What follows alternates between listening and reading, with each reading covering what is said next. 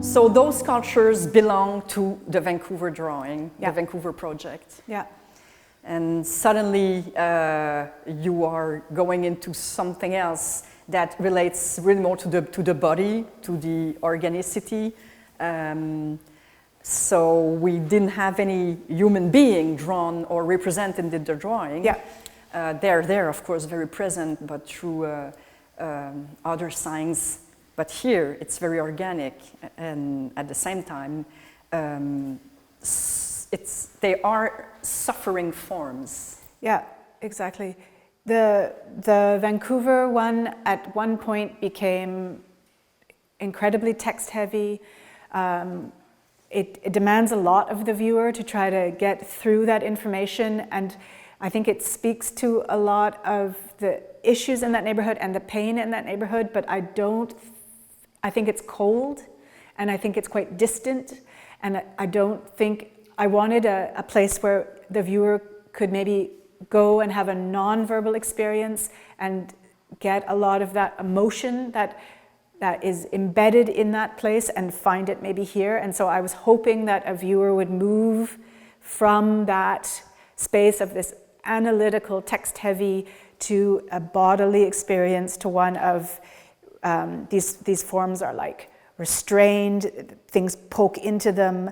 For me, they speak of trauma, they speak of wounds. They also could speak of resilience and beauty. I think they're actually quite beautiful.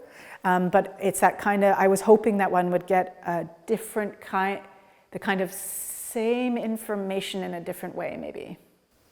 Is it the first time you work with glass, or did you work with someone? Did you work with artisan, experts?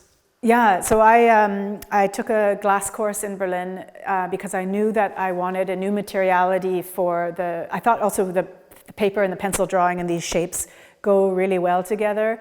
It was such a fun experience because my drawings take like 3 to 6 months of research and then 6 months of execution, whereas these are, you're working in a team, they're fast.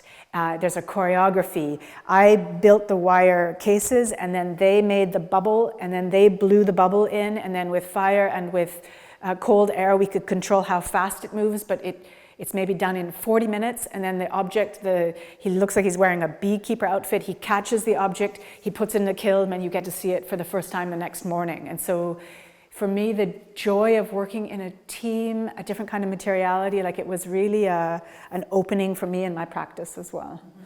For me, what is interesting also is that because you are so interested always at the way you work, also discuss with the history of art, a long history. You're talking about actuality and reality, but also your work is always in discussion with the long history of art. Mm-hmm. And so doing this, you think about stained glass in a very violent, deformated way, because the two elements are playing together. Yeah, or not even stained glass. Even Vancouver has this whole coastal fishing boat. The glass floating fishermen. Like, it's funny how you see other references. But you had mentioned earlier the body. Like, for me, they are double. Like for me, I could see a torso, right? This one's called Louise, or I could heart. Or this one is called birth because I do see a pregnant form. So and I agree, it could also be an internal body part. So for me, they flip also inside and out between being a body in themselves or being an internal wounded part of the body. But the yellow, the color, we're talking about the red in Manchester, for example. But in here, the yellow is the main color. Yeah. And it's sickness. Yeah.